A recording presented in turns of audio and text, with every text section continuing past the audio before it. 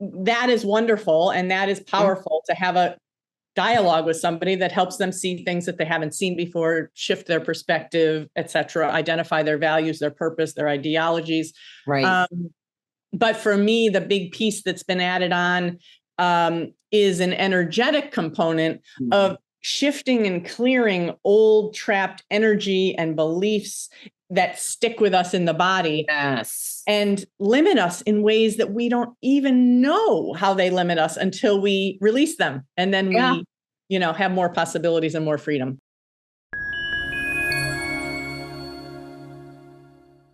Hello and welcome to another episode of The Wealth Within Us. I am Michelle Blaze, and today I'm very lucky to have with me Elizabeth Carrington, and she is a master coach and energy healer, and she does life attunements, which combine all of these things together. So it sounds like you've taken a lot of modalities and combined them, and I'm so glad to have you on and tell us how you got started. Yeah, thanks, Michelle. Thanks for asking me. Absolutely. How did I get started? That's an interesting question. I think there are many answers to that question, but one answer is that I was a coach before I knew there was such a profession. Like a life coach, or what kind of a coach were you? Well, I'm really generally referring to my childhood, where I was always talking to my parents in a certain way, telling them what they were doing and trying to help them communicate better. So you were like a little bossy kid. Well, maybe bossy, but at least like trying to help get communication across, because I could see how we disconnect, Yeah. So you must have been very empathic as a kid then. Very empathic, and always trying to empower people. Like, you should see what you want, ask for what you need, as this little girl, So a natural like coach and cheerleader, kind of a life guide. That's right. That's right. So the true answer is I started before I knew what coaching was. And then flash forward into my 20s. I was working for a startup company, and not at all what I thought I would do, but I just needed a job. And one day I went to lunch with a friend, and he said, "I found your dream job." And I was like, what? I knew it wasn't what I was doing, but he said, "There's this thing called coaching, and it's a brand new thing. And, people help other people communicate, and it empowers them, and it trusts that they have their own natural wisdom inside, and you're trying to help them see it." And I was like, what?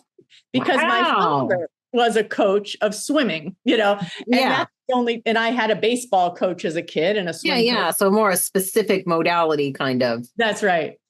But I had no idea what a life coach or an entrepreneur coach or an executive coach, all of which I ended up doing. But so I immediately signed up for coaching school. And that was almost 30 years ago. Wow. And ever since, being a learning junkie, I like to call myself, any tool, system, any map of understanding the human condition, I'm all over it. So I started with a 2-year coach training program at a company called Coach University, which was a virtual, that was a telephone conference bridge. Oh, wow. Program.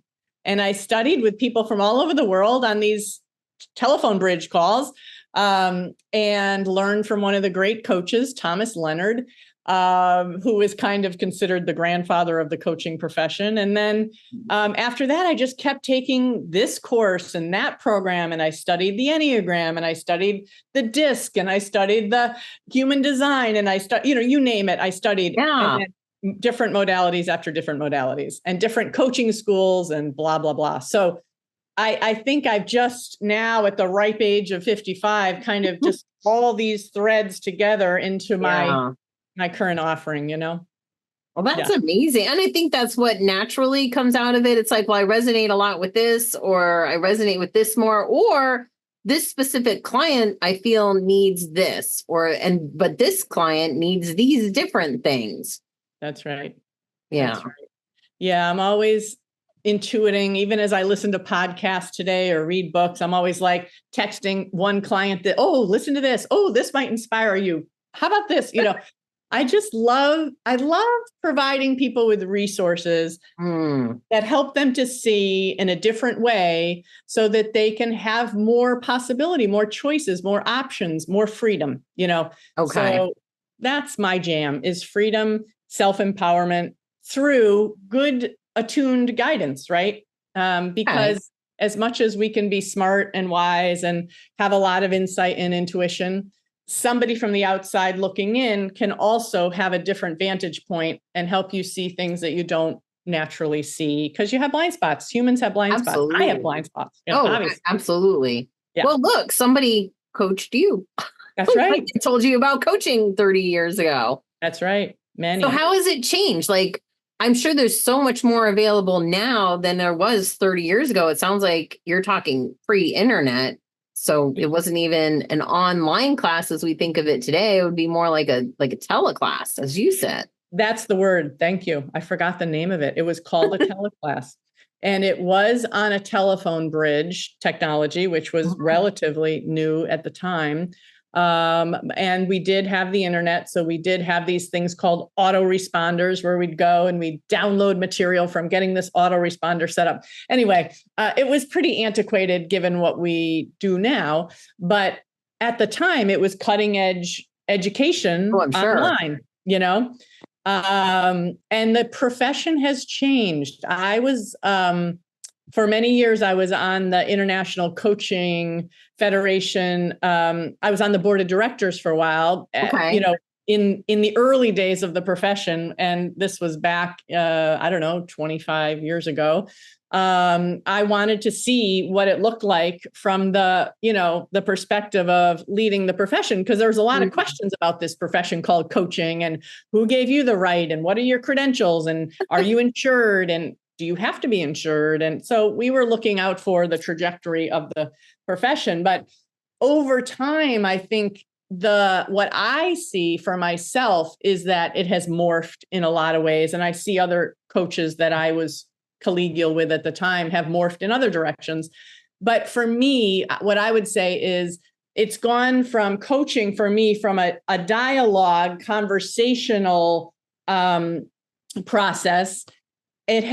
That is wonderful. And that is powerful to have a dialogue with somebody that helps them see things that they haven't seen before, shift their perspective, et cetera, identify their values, their purpose, their ideologies. Right. But for me, the big piece that's been added on is an energetic component of shifting and clearing old trapped energy and beliefs that stick with us in the body. Yes. And limit us in ways that we don't even know how they limit us until we release them. And then we, have more possibilities and more freedom.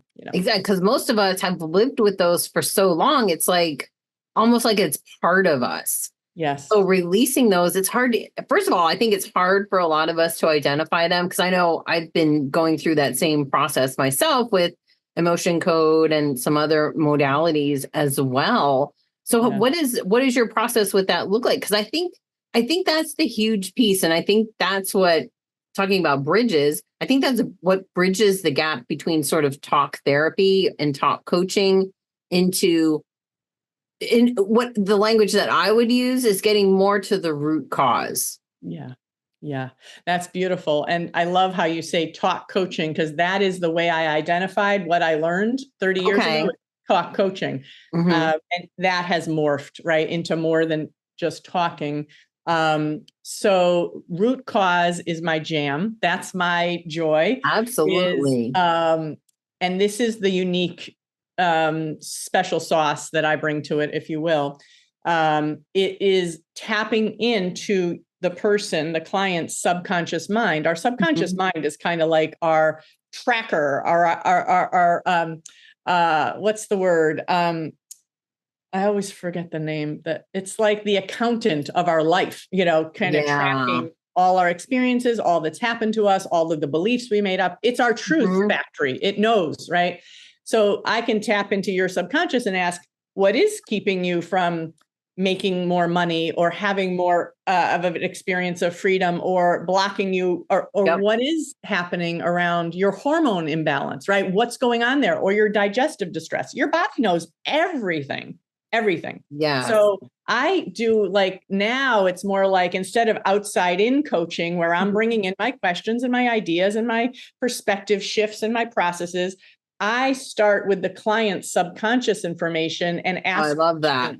about what's blocking them and literally come up with a map of what's causing the issues so that we can target exactly that.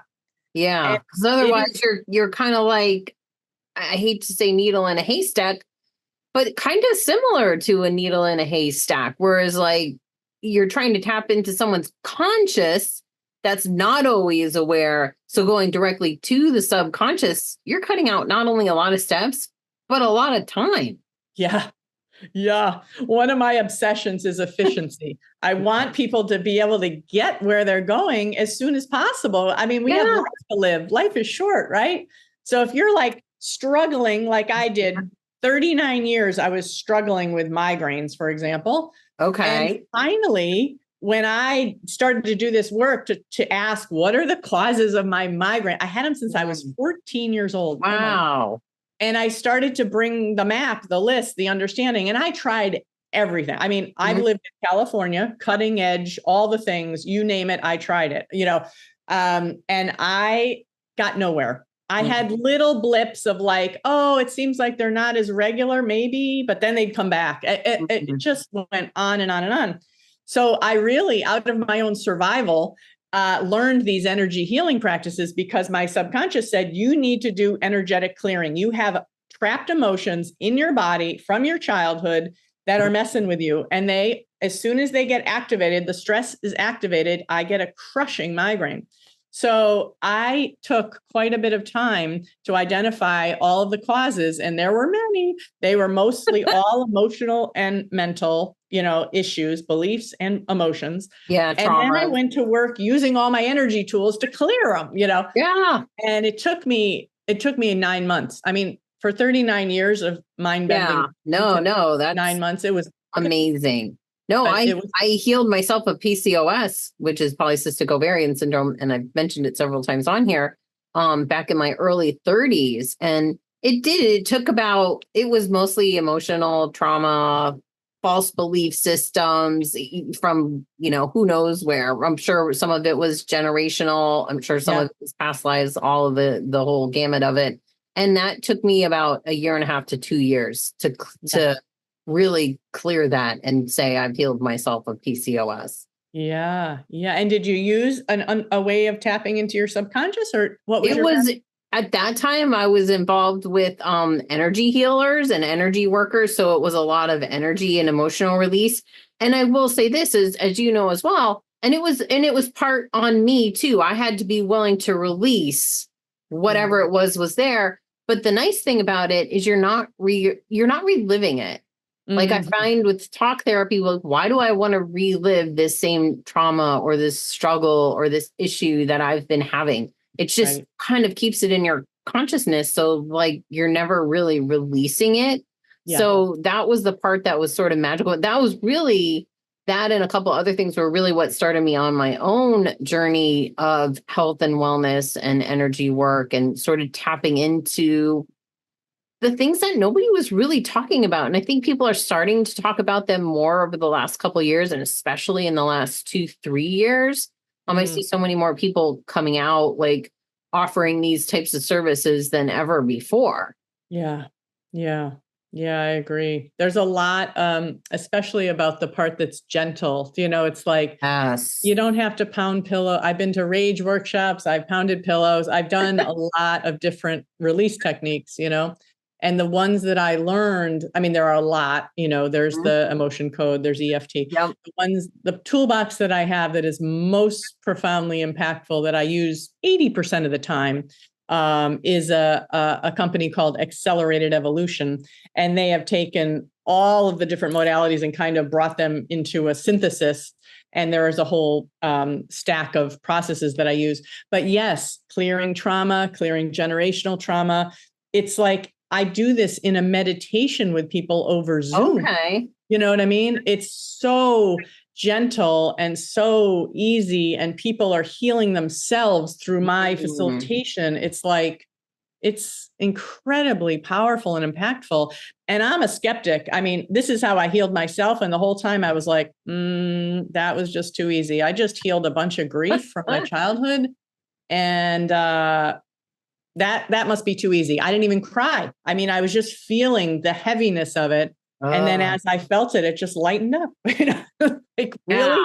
So and the I whole guess time everybody's different too. I mean, some people may cry, or some people may. Sure. Some people, I think, actually go through kind of a detox process when it comes to. I think we kind of all release these things differently. Yep. You're making me think of drinking water, because that's how you clear a lot of it. Oh my gosh. Yeah. When you're dehydrated all the time. And speaking of migraines, if I'm dehydrated, if I'm super dehydrated, definitely I will get a headache or a migraine as well. Yeah. Yeah. I hear you. So I'm interested in, what was the name of the company that you said that you use? So I'm asking too much now. Okay. So I'll focus on one question. Good. When you do the meditations with people, is it you intuitively guiding them through a meditation, or is it something that you've recorded, or is it very in the moment, very specific to the individual that you're working with? Yes. So yes, and yes. So yes, it's specific to the individual. So if I tap into your subconscious and we're talking about sleep challenges for you, for example, and I say, oh, you have an old belief that you'll never be a good sleeper, let's say. Like, oh, well, that's good to know, because if you have a belief, you're having trouble with sleep, that you'll never be a good sleeper. Hey, let's nip that one in the bud. And so I'll ask your subconscious, like, hey, what's the best modality? What's the best tool? How many of them does she need to do? And literally tell you, all right, we need to do 2 release processes on this old belief, right? Okay. And so I'll ask you to close your eyes and see, when you think of that belief, like, what comes up for you? Oh, I feel this like heaviness in my stomach or my chest or whatever. You feel some energy in your body. Your body is always holding on to this. And it's almost like honing into where that emotion is sort of physically stuck, because it's always stuck in the tissue or an organ or something. That's right. Yep. And then basically I bring you into a higher state of consciousness called pleroma. And from this place of higher consciousness, you can see that actually this energy has had a good higher intention for you than just survival and just keeping you safe, which is mostly what our beliefs and old ideas are. They're just they think they're protecting us, and when you invite that into a higher state, it has a higher plan for you. And it's usually something very beautiful and powerful and higher consciousness-y, and as soon as you can see it from that higher state of consciousness, it's like, it just dissolves, it just dissipates. And so by the end of a session, we can do 1 or 2 clearings on a belief or an old emotion, and you are feeling like so much lighter, and more free. I mean, again, back to freedom. Like, this is about releasing old crap so you can have more freedom in your body, in your breath, in your being, in your energetic field, And so, yes, it's personalized. And yes, I studied processes. So there is this script in my head, but also in the moment, if you're having something come up that isn't on the script, as far as where we're going, we just take a little side trip, sort that out, and then go back to that, getting into the higher state of consciousness. Because I want you to be there so you can see that there was really everything that's part of you has a powerful and good intention for you if you know how to access it, which is so incredibly empowering and beautiful. It really is. Yeah. So when you're deciding what to do you use like muscle testing? Like, how are you testing the individual for their sort of perfect meditation, their perfect modality? Yep. Muscle testing, dowsing, body, kinesiology, anything, that you feel. And I teach people how to do this, but there's teaching people how to do it. And then you start this slow process of becoming masterful. And then there's just getting right to it. In an hour session, I can get to the heart of every issue you're struggling with and the causes and what to do about them. So it's it's efficiency, right? It is, really is. That's what you're paying for. And I will say, I do a lot of muscle testing on myself, and I do some of the modalities that you've mentioned to myself as well. And I will admit, in fact, today was a perfect example where I've been struggling with something and I find myself untestable. Like I find myself hard to test on myself because I'm too attached to either an outcome or a fear or a false belief or whatever it is. So I think in saying that, it really is so much easier, better to go to someone like yourself to sort of have that third party, unattached individual that's like, I'm just out for your highest good. I don't care what the thing is, whatever your fears. And I don't mean I don't care, but you know what I mean? Like you're not attached to the fear that they're attached to, or the struggle or the grief or whatever it is. So having that outside person kind of coming in allows us to get out of our own way. Because sometimes I find it really hard to get out of my own way on things that I'm really stuck or struggling or confused or just like about. Yeah, 100%, 100%. That would make you wholly human. How about that? I have practiced this so much on my son was my guinea pig, my good friends, and they would call me and they'd need some kind of a remedy for some homeopathic thing. They had some kind of flu, or my son had chronic Lyme, kidney stones, ulcers. Wow. I could muscle test, no problem, clear that right out, no problem. But when it comes to me, oh my goodness, so hard to have that objective, non-attached, neutral perspective. And so, that's why I hire people. I don't do this all for myself. I was working with somebody to help me see what were the cause of the migraines. If I could have fixed them myself for 39 years, you bet your butt I would have. You know what I mean? And all that you've learned. Yeah. It's often like, I think we can, because I just noticed in my own self journey, and I've had worked with other people as well, but in my own self journey, it's like I could sometimes only get so far. Mm-hmm. You know what I mean? And it's probably more the surface stuff. If you really take a look at it, it's probably more the surface stuff, but those deep underlying things that, well, even I would say, even like now thinking about it, even the more conscious stuff, like I'm so fearful of this, I'm so stressed about this, I have such a belief in this that it's hard to get it out of the way. So it's actually now that I'm talking to you, maybe the more conscious stuff that gets in the way, the subconscious stuff, like, well, I don't know what it is, so I can just let it go. Right. So it's probably the subconscious beliefs are a little easier for us to release on our own. But man, I'll tell you, those belief systems really stick, especially the older that we get. And what do they say? From 0 to 7 is sort of our most programmable years. Yes, that's right. That's right. By what we either see, we're modeled, we're taught, felt, like, cool thing. Made up, concluded, No, I think that's other people's views. Yeah, we're sucking in so much. We're almost like a sponge sucking in from everybody else and what they think and what they believe and what they've experienced. That's right. Especially if you're sensitive and empathic, like many of us are, right? Very you're just much so. Yeah, exactly.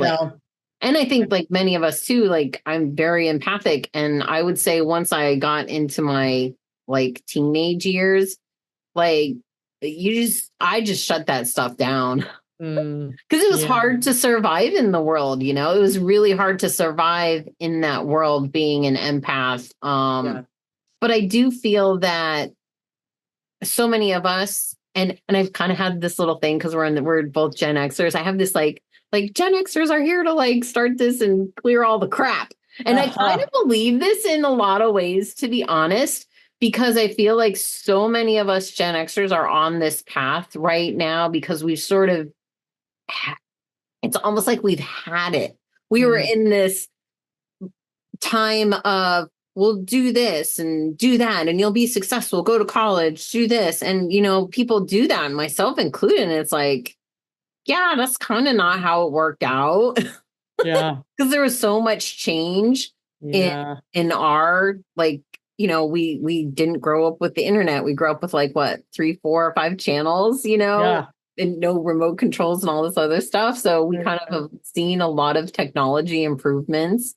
But I do believe that a lot of us Gen Xers are here to help clear a lot of these stuck emotions, both within ourselves and within our lineages and our past lives. How do you feel about that? Oh, 100%.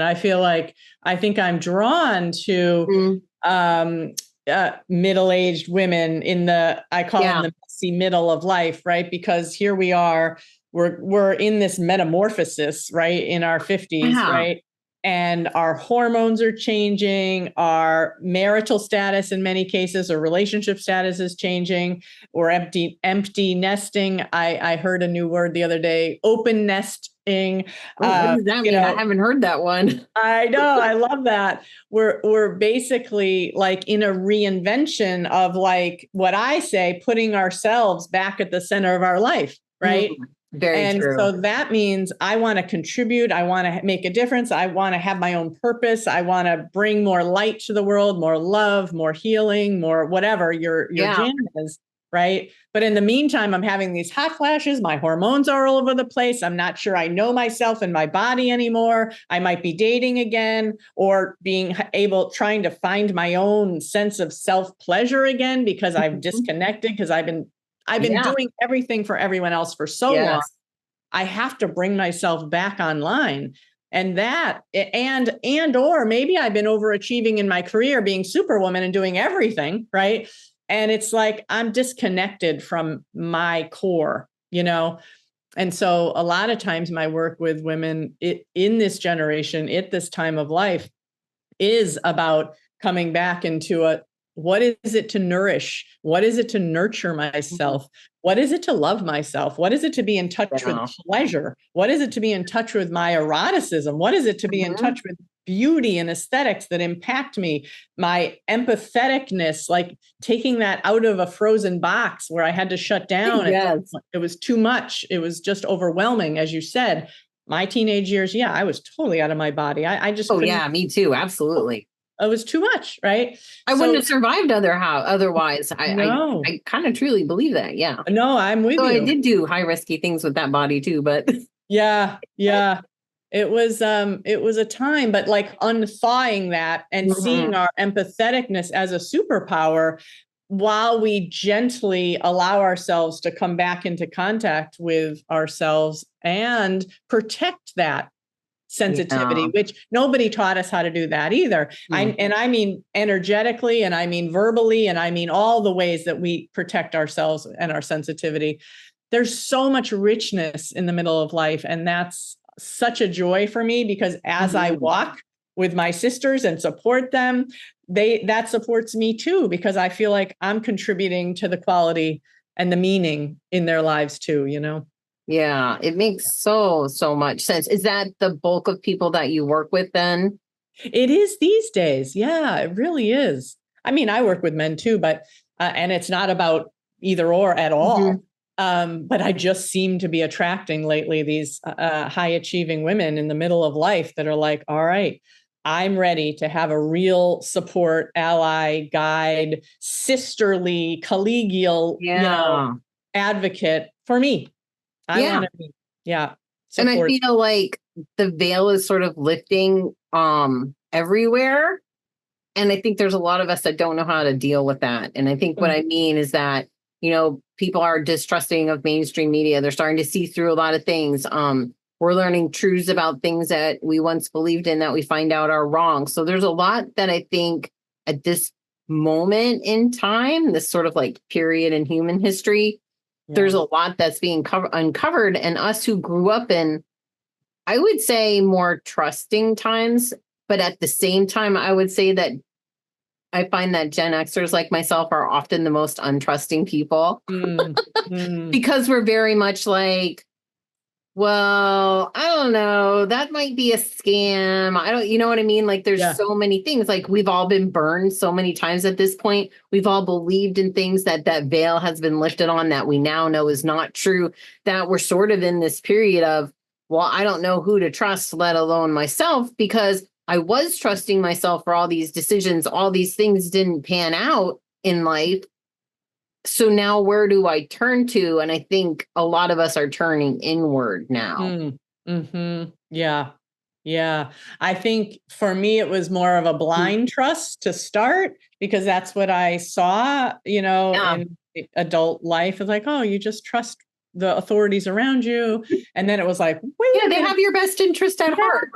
Not Something really. smells here. I'm not sure what, but I have to sniff around for a while. And then I kind of went to the opposite side a little bit like, oh, it's all broken. And then I'm coming back now to, okay, I have a very powerful intuition that can discern, even if I can't prove it in some kind of a piece of paper, I know what I know. And I trust that now more than I ever have. And that's claiming power in midlife. To me, that's one of the definitions of claiming power in midlife.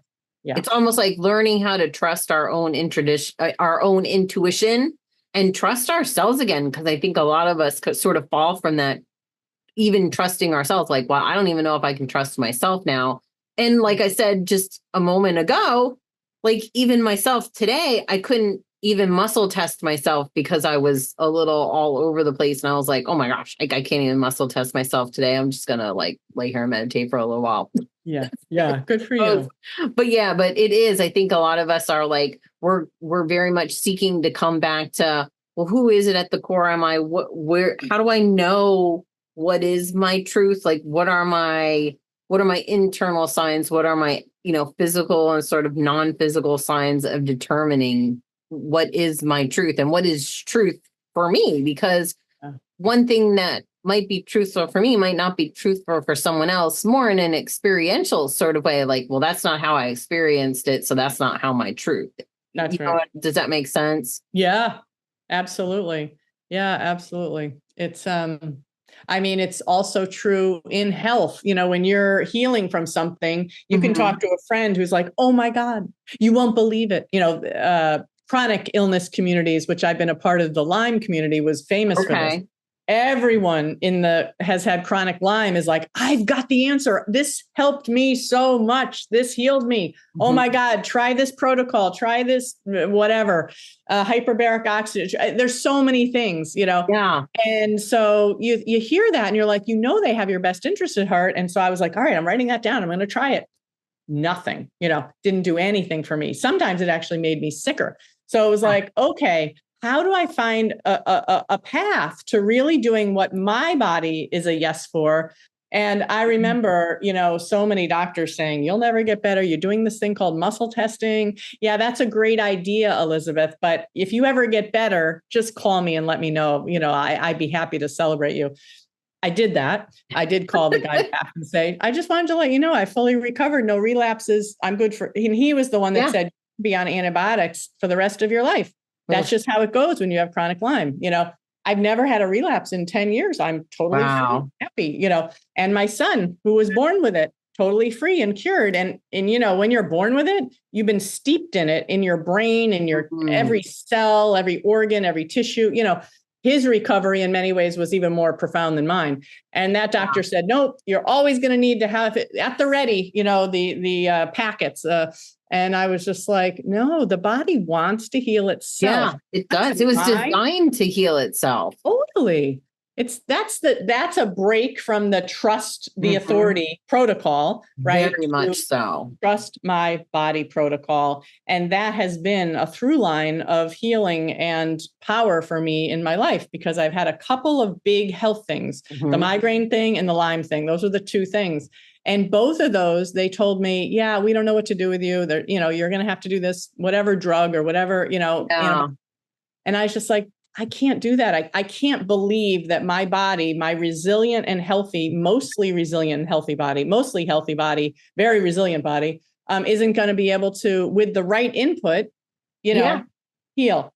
So I bet on myself on that. And that more than anything, as you said, when you start to really trust your own intuition, your own truth, your own knowing, I was holding up, here's a Lyme literate doctor, here's a kinesthetic holistic healer that's going to tap into my body and tell me what to do. And it wasn't either or. There were times that I pulled something from this right? I pulled from Chinese herbs. I pulled from other professions, but I always was trusting, what does my body want? It wants the Chinese herbs now. Okay. It doesn't want the antibiotics. Okay. Do that, And that's really powerful. So ultimately what I want is to help people learn, right, their path to trusting their own inner knowing. And that takes some time, right? It takes some, it takes some time. And I think that's where we would all strive to be. Like you said, it's not that those modalities or the things that people were telling you didn't work. They worked for them. They just didn't necessarily work for you, because we are all individual and just not in our sort of makeup, but in our beliefs and our thoughts. Yep. You know, there's a thing too, the placebo effect, as to why sometimes it can work. You know, sometimes it's just a belief that's out there. But I do fully believe that. I like what you said, because I think there's a place sort of for most things. But I can grab from this and I can take these things and mix it in with the sort of energy. And that to me is sort of this overall very much in line with the definition of a holistic approach to health and wellness. And I think it even extends into our business life, our wealth, our financial futures. Because so many of us have blocks to that as well, myself included. But yeah, you know, you name the avenue to relationships and everything like that. You can, it is this sort of overall tapping into myself and what is the best thing for me. Yeah, absolutely. And it's when you consider physical, mental, emotional, spiritual, all on the table for part of the issue, you know, that's a pretty holistic look at what are the causes. I mean, and the unfortunate part is, like, these sort of sectors, they're not really talking to each other so much right now. You know, they're kind of almost battling with their own egos, like, no, my way is the best way. No, my way is the best way. No, this is the best way. So I think getting out of that sort of, like, just taking your own body and tapping into what you need is almost removing yourself from that argument, so to say. Like, you know, I choose not to participate in that. I'm going to listen to just a little bit of everything, and then I'm going to test my body to see what my body says. Yeah, that's right. That's right. I just hung up, so it's fresh from this morning. I have a long-term client who's my age again, who I've worked with over the past 20 years, a few times, you know, a couple of years, then a couple of years, then a couple of years, a promotion time, you know, what am I doing next? What do I want? And she has a teenage son similar to my son's age, and he's been having all kinds of behavioral challenges. So I said, let's do a session where we tap into his subconscious and find out how to support this kid, because he's really, really struggling, and he's getting violent with her and family. I mean, it's really kind of a scary time. So, you know, again, we're looking mental, physical, emotional, spiritual. What's the cause? You know, you'd think like behavioral issue, you know, maybe there's some kind of a belief, or maybe there's some kind of a, what is it? You know, you make up your mind, you think, you know, whatever. Anyway, it turns out the number one root cause of what's going on is that his body is reacting to a toxin, which it happens to be for him glyphosate, which is put on in a lot of, you know, it's on our wheat these days. If you don't eat organic wheat, you're going to get glyphosate, which is his favorite food, by the way, is bread. And it's activating a reaction in his body, which is creating inflammation in his body and brain, and it's causing him to have these outbursts. And, you know, you could go to all the therapy you want, you could do all the behavioral management you want, but what's happening is we were all listening going, wow, that's interesting. I would have never thought that. So we have to think out of the box sometimes when, you know, we think we know, we're a parent, you know, when you're a mother, you think you know your kids pretty well and you know how to support them. But I was really so impressed with her willingness to be open to listen to, wow. She kept saying, wow, I would have never thought this.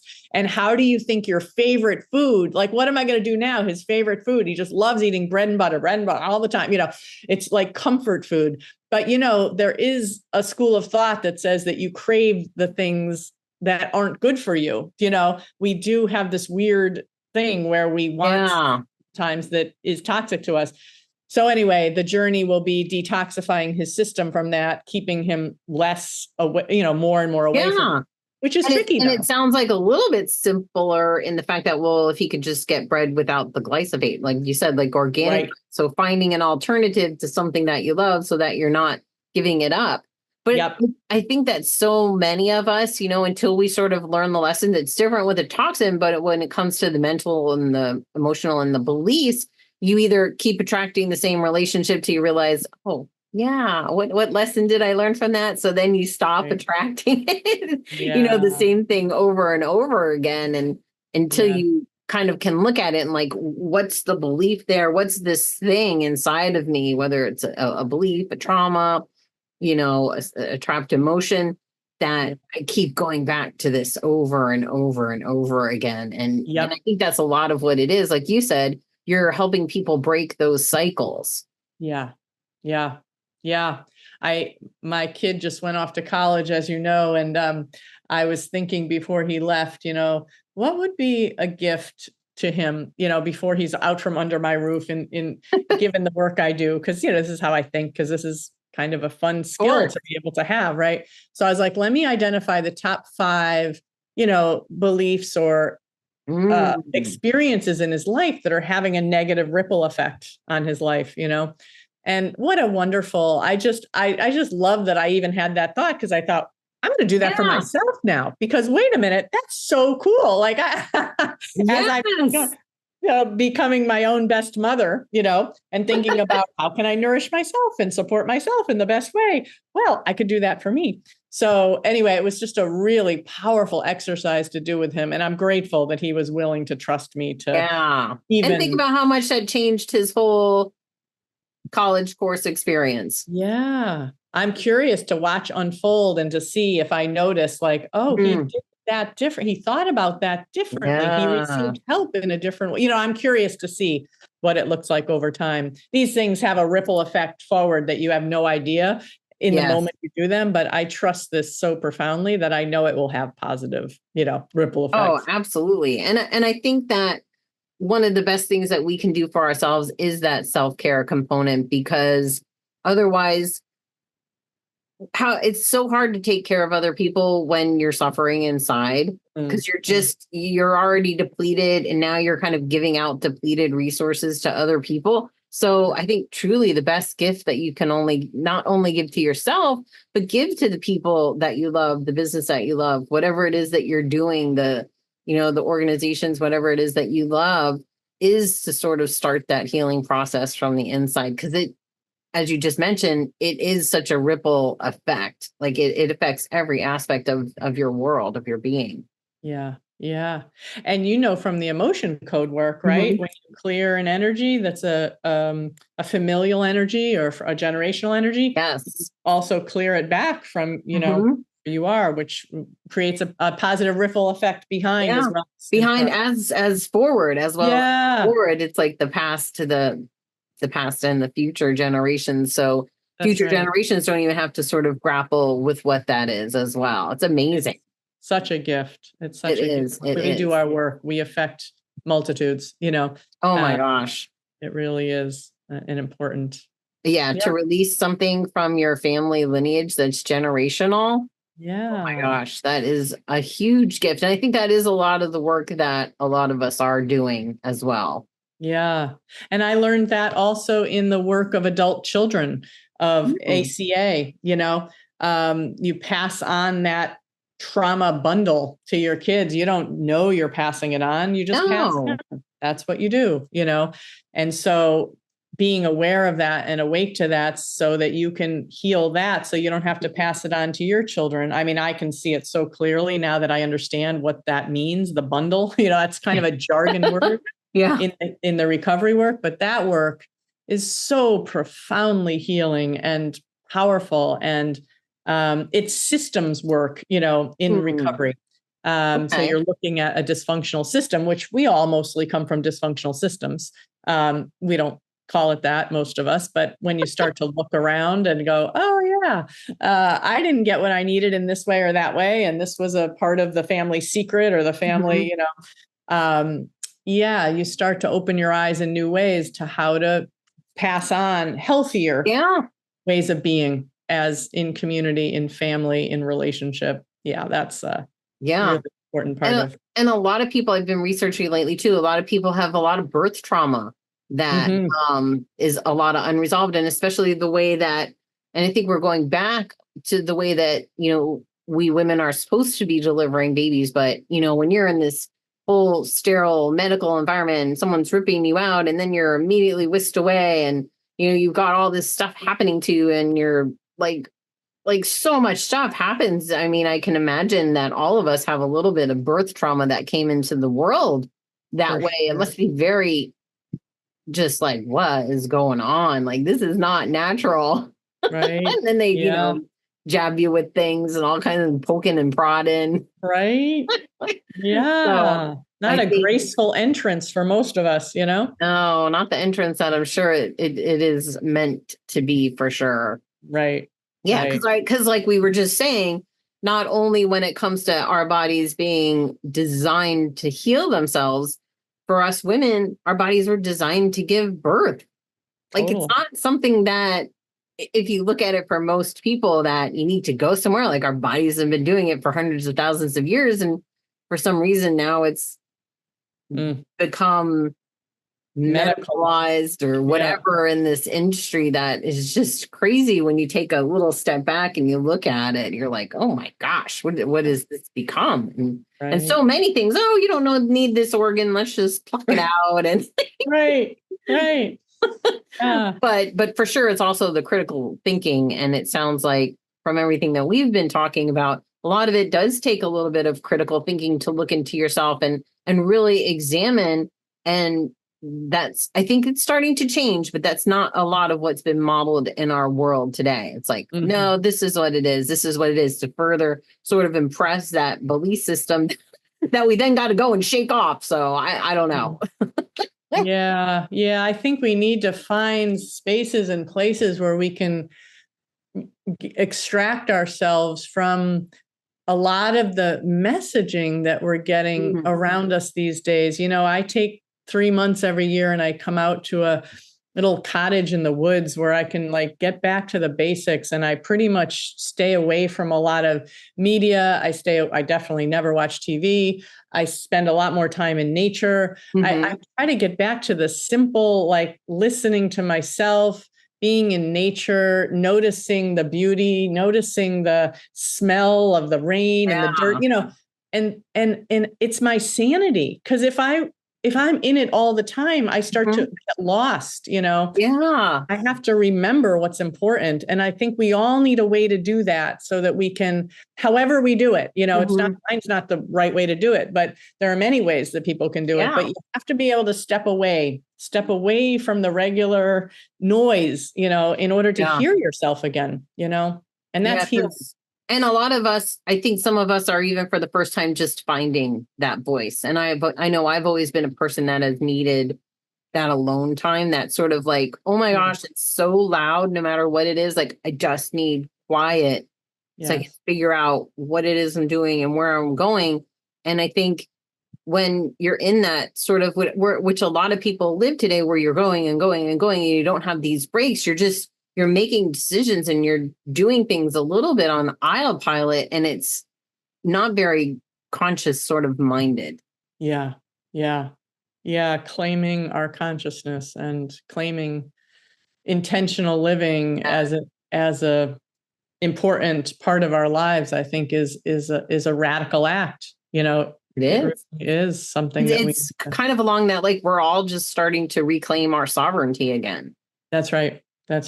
Yeah, absolutely. Yeah. And not sort of listening. Yeah. I try to keep a lot of the news and all that stuff out of my own sphere as well, because you don't know what to believe. And it's like, and even with a critical mind, sometimes you're like, well, I don't know. They're saying the complete opposite. And then now you got this third, fourth, fifth view thrown in and you're like, right. I throw my hands up. I have no idea. Yeah. I don't know what to believe. I'm going to go meditate for a while. Yeah. Isn't that the perfect? You're like, I don't know. I'm just going to go meditate for a while. That's right. What else can I do? I know, right? Or something that involves laughter, which always raises my vibration, Oh my gosh. How Yeah. can I be silly and light and playful with people? And then it washes my head, clear and like, oh, And okay. that's contagious. I mean, Yeah. laughter is so contagious, just when you're listening to someone, whether you think it's funny or not, you can't help when someone else is laughing to just laugh with them. So Join in. yeah, Yeah, I totally. 100% agree with that. Yeah. So So great. what would a session with you look like? Well, so, people work in packages with me, usually 3 or 6 months, usually I start out with introducing them to the Enneagram for incredible self-awareness, Okay. understanding, and compassion in a different perspective on humanity, really.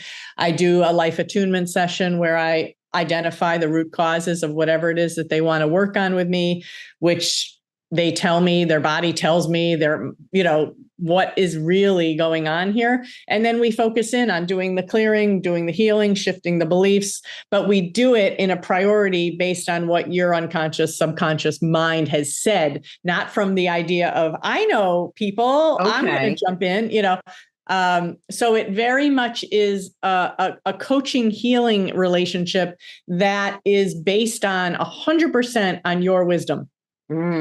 Very different than how I used to do it. Wisdom, yeah. Which is doing it based on my own intuitive wisdom around working with people over time, which is okay, but this is a different model. This is, I'm listening 100% to your truth, and then we move together to execute on that. Different.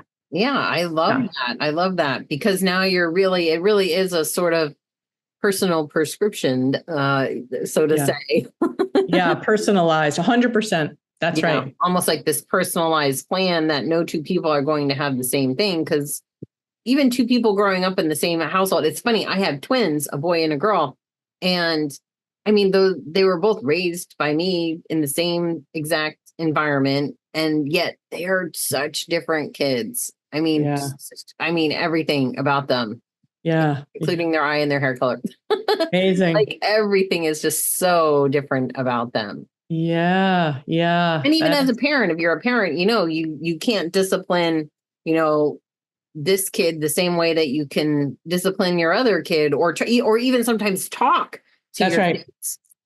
That's right. You have to be customizing yourself as a parent to meet them where they're at. Yeah, exactly. Because you just kind of intuitively end up figuring out, that's not going to work with this child. That's right. That's right. Yeah. So wouldn't it be great if we just all started out and this was our educational system? How to get in with ourselves? Exactly. Well, that would be fantastic. Oh my gosh. Yeah. Yeah. And hopefully that is where it's going. I hope so. Wouldn't that be just, let's take a class on trusting yourself and your intuition. And what does that look like for you?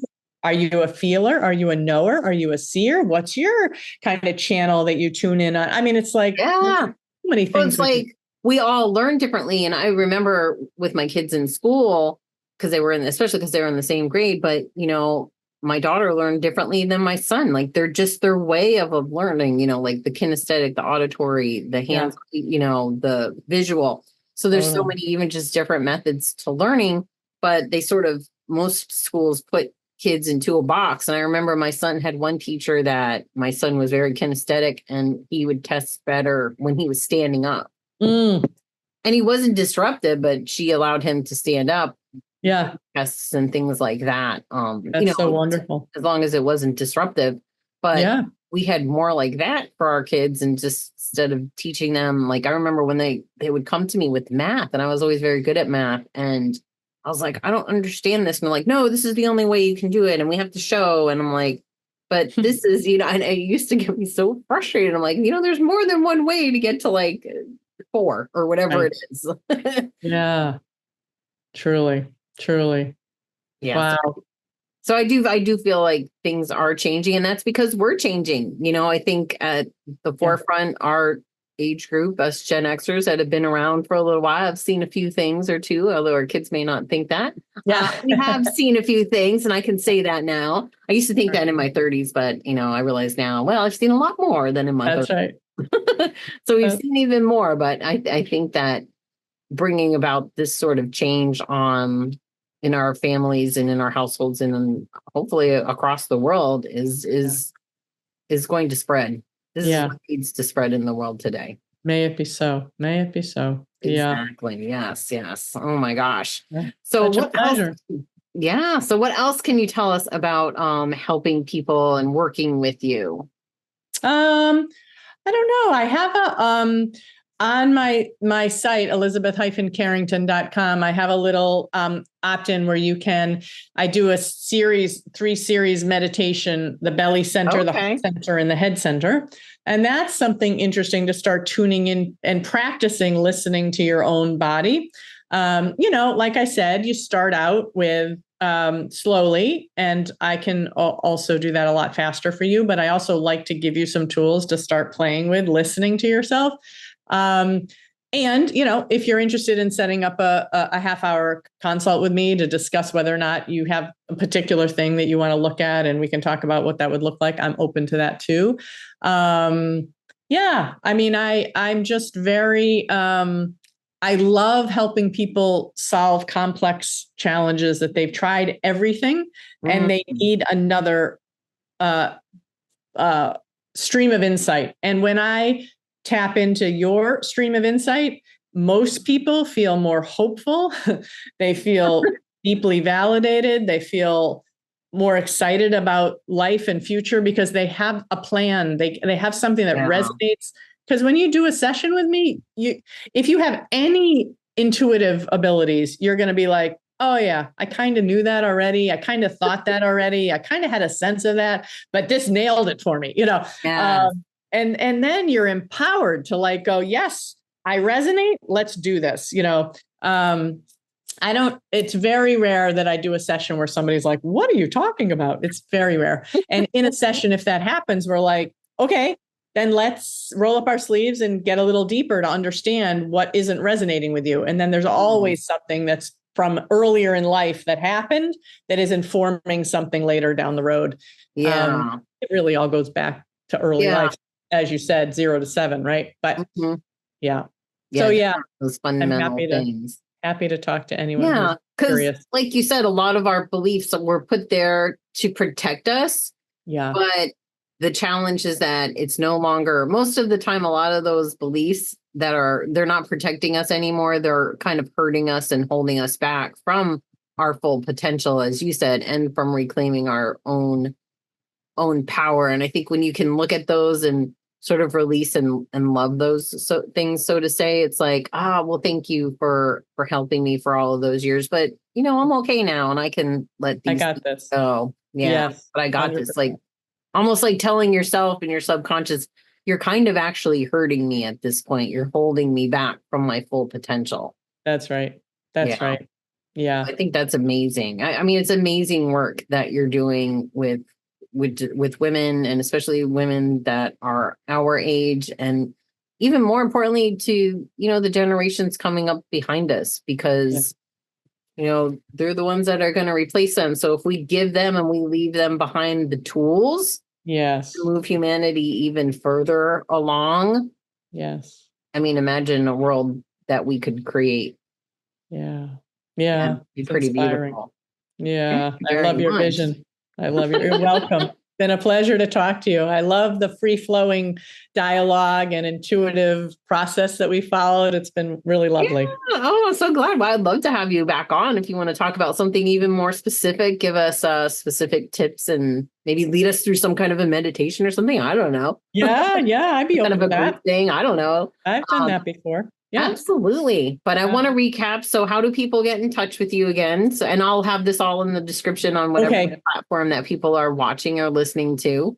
Yeah, sure. Best way is my website, Elizabeth-Carrington, CARRINGTON.com. And if you want to get hooked up with the meditation right at the top, you can click into that free meditation. And then there's a calendar somewhere if you are interested in setting up a time with me. And that's the easiest way. And I just invite anyone who resonates to reach out, because I'd love to have a conversation with you. Even if we don't end up working together, I always meet wonderful people. Just like the reason I'm here is meeting somebody who is a colleague of yours, Exactly. Yeah. You never know where it's going to lead. You never know. Exactly. Yeah. And again, going all back to taking the best care of ourselves and healing and growing ourselves. I mean, there's no better gift than we can give to ourselves than that. That is so true. We are the most important person in our world. And when we take care of ourselves, we can be generous and compassionate with others in a whole different way. Yeah. And we'll have the energy and the bandwidth to help even more people. Because when we're so busy trying to help ourselves, it's really hard to give to others. So, and that's most of our nature. Most of our nature is to help and to give. Yeah. So got to help ourselves first. Absolutely. Absolutely. Yep. Oh, gosh. Well, it has been such a pleasure talking with you and getting to know you. And I love your modality and how you're sort of combining all these modalities that have been taught and really using them specifically to help individuals and not just some template, So I think it's fantastic. And I hope everybody, go to Elizabeth's website, connect with her. And until next time, thank you, Elizabeth, for coming on. And until next time, I will see you back on the Wealth Within Us.